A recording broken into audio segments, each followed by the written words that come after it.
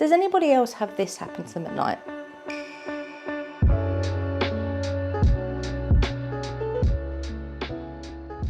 So you've had a busy day, you go to bed, your mind is racing with all sorts of thoughts and feelings, and as soon as you get into that kind of moment of darkness, calm, peace and quiet, your mind starts to shift, and all of a sudden all these ideas start coming into your head. Last night was one of them. I went to bed, there was a thunderstorm going on outside. I love thunderstorms, just sitting there listening to a thunderstorm, and then all of a sudden just ideas started popping into my head for either portfolio pieces that I could do for my actual business portfolio, or just for fun. And I just had tons of ideas come into my head for what I could shoot. And the moment I woke up this morning, I was just like, I need to get into the studio and get shooting. So today I don't have anything in the diary in terms of business work. I don't have any business shoots in the diary. I've done my bits and pieces for admin and inquiries, responding and all that kind of stuff. Essentially my work to-do list is done for the day, and we're at 10 o'clock in the morning. So I thought, you know what, this is a perfect opportunity to get myself set up, get all the gear out, get all the props out that I have that might be suitable for my idea, and just start shooting. I'm trying to do less pressured portfolio work, if that makes any sense. Normally when I shoot for fun, this kind of thing, a lot of the time my brain is going, you need to put that on your website, you need to put that on your Instagram, you need to use it for your work. And that adds a pressure to me to, I think, have a certain look, a certain style, a certain feel that perhaps ties in with all the other work that I do.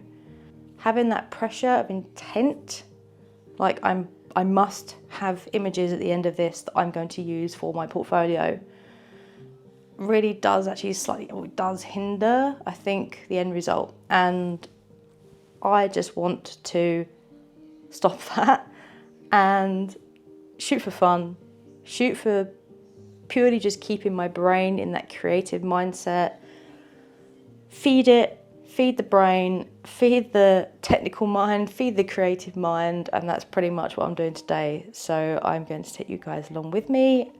So this shot is going to be something quite simple. It's going to feature I love this teacup and set, a cup full of tea in kind of like I just had this idea of in a cafe window sort of scene. So I've got a light coming over here, which kind of looks like lights coming through a window. And then I'm going to light it, sort of have a key light coming from this way. Perhaps have a little magazine here, or like a book of some sort. And then try and get some nice steam coming out the tea. Kind of like it's just like a nice chilled lifestyle scenario. I get really bad imposter syndrome, so I always doubt my work, or I think I always have these reserves about my ideas and whether I can actually execute them or not, which is probably not a good thing to have, but I think that's just a creative, I think it's a very common mindset of a creative that, particularly people I've spoken to, everyone says they suffer with imposter syndrome and they feel like their work's not good enough.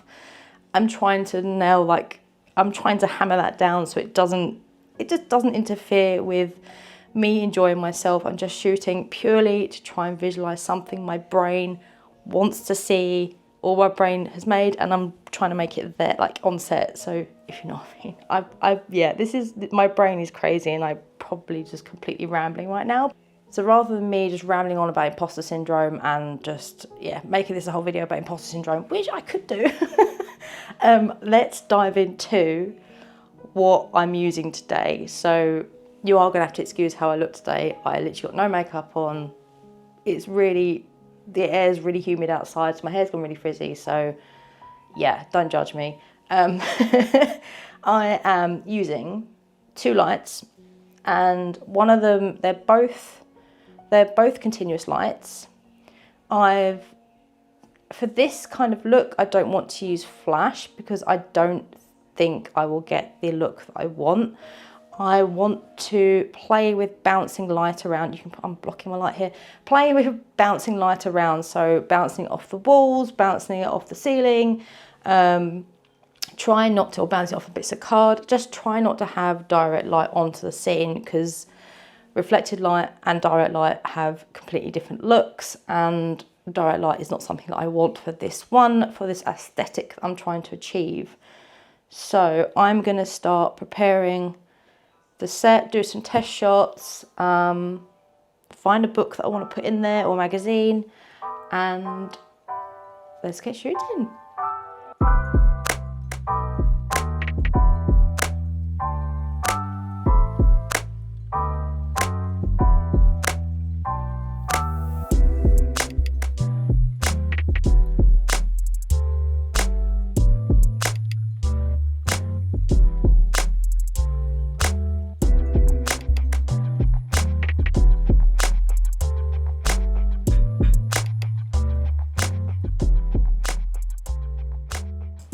One of the only downsides to having a small studio is controlling the amount of ambient light or the amount of light bouncing around. So my ceilings are quite low, and yeah, this is not a very big space. So to get around having too much light bouncing around my set, I'm literally sticking bits of black card to my walls in areas which I know the light is falling on and it is going to affect my set, and obviously I don't want it to affect my set. So I'm currently going around sticking bits of black card to my walls, and this should hopefully stop there being a bit too much, just too much ambient light. I want this light, this type of light, but I don't want too much of it. So it's being able to control it is exactly what I'm trying to do right now.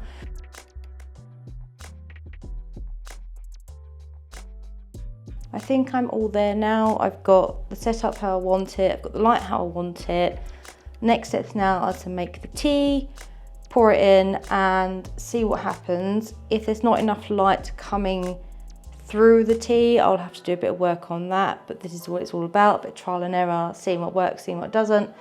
I may have to try and bounce some light coming from the back so it creates a glow through the tea, or do like a bit of a comp shot to bring that in. I'm trying to do as much as I can in camera for this one, because this is part of my exercises that I like to do. I always try and do as much as I can in camera, and if I come across a scenario which is tricky, sometimes it is easier just to go, look, I'll just move that and do that comp shot, blah, blah, blah, blah, done. But no, I'm not doing that today. I'm going to do whatever I can with this new type of setup that I don't really do a lot of, and get it right in camera. So let's go and boil the kettle, make the tea. I might as well make one for myself while I'm there. And yeah, let's get on with this bit. I'm excited. This is going to be great.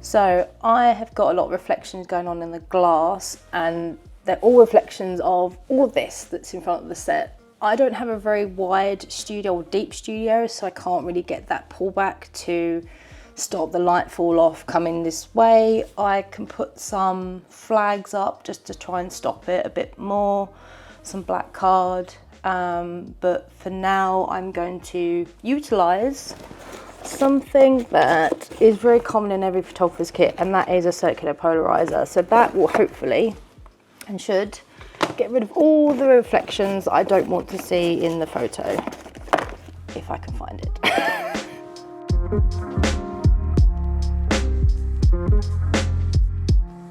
My circular polarizer.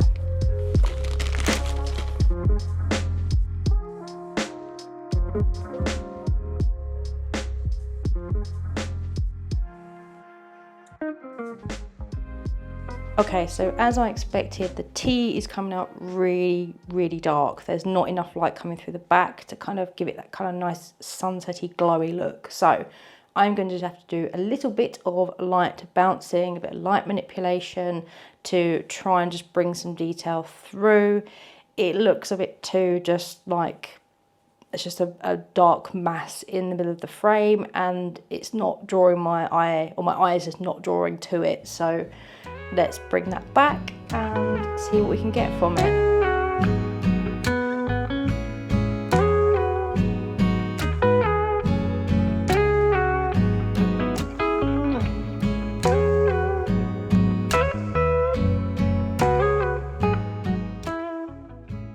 So that's the shoot all done. I'm really happy with how that went. I really had a great time shooting it as well. I spent probably a lot longer than I wanted to on this shoot, but the point is I was having fun, and it was purely just a session so that I could just be in my element and let my brain relax, doing something that I enjoyed, and I feel so good for it. I really honestly love the results. I'm very excited to get editing these. I'm just going through the select now, and I think there may be a case that I'll need to take apart from one image and put it across to another. You always get that kind of shoots where sometimes you'll do the same action repeatedly, but you just can't quite get exactly the same look as you did in something else. So the tea in one shot looks great, but the sort of decanter, the tiare, whatever you want to call it, that was pouring the tea didn't look so good. But in another shot, the tiare, decanter, whatever you want to call it, looked great in that one, but the tea in the cup itself didn't. So I'm probably going to do a little bit of putting one part of one image onto the other, just so they kind of look, they both look great. You always get the case, I think, with liquids and things, you'll never get exactly what you want in the first try or in one shot. There's always a case that you're taking a bit from that, and you put them together. It's very difficult to get that kind of thing absolutely spot on in one shot. If you do, it's 1 in a million. It is honestly 1 in a million, and it's very rare that happens. And when it does happen, it's quite funny to see the client and I both just go, oh my gosh, we got it, you know. But yeah, that rarely happens because of the nature, the physics of water and liquids. So I'm going to get processing those, and then I need to also make something to use as part of an overlay in the shot. It's not going to change the shot a lot, it's just going to add that little something that helps to emphasize the story I'm trying to tell. It should look pretty good. I hope it works. This is the point of these kind of shoots. It's all kind of trial and error. You're just playing around, seeing what works, seeing what doesn't, and you're learning. You're constantly learning. I've been shooting professionally now for just under 15 years, and there has been no point during that 15 years where I've said, I feel like I know everything. You never know everything. No one ever knows everything. You are constantly learning in this career. You're constantly learning in this art form. This is what I love about it. There is never an end point. There really isn't. There really isn't an end point. And yeah, I'm just going to crack on with this, and I'll show you the end result, hopefully not too long.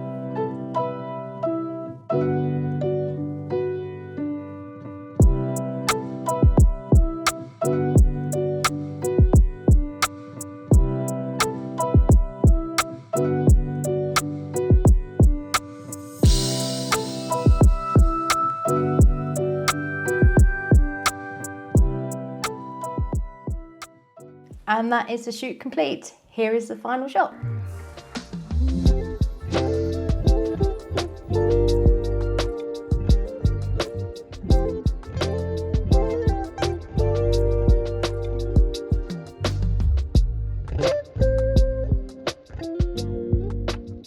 I really love how this came out. The sun, the shadows, the colours, just there's so much about it that really gives me that really nice, warm, kind of comforting, but also kind of nostalgic, longing kind of vibe. Like I just really want to go and sit in a cafe with a sea view and have a nice cup of tea right now.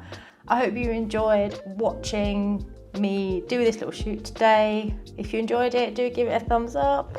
If you haven't yet subscribed, please do subscribe down below. Your support is much appreciated. On that note, I will see you in the next video. Bye.